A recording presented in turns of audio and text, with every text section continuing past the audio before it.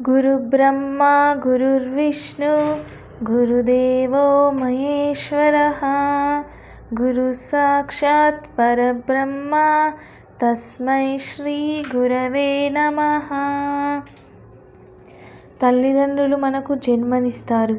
గురువులు మనలో అజ్ఞానమనే చీకటిని తొలగించి జ్ఞానమనే వెలుగుని ప్రసాదిస్తారు. మీకు మీ కుటుంబ సభ్యులకు విద్యను బోధించే గురువులందరికీ గురు పూర్ణిమ శుభాకాంక్షలు.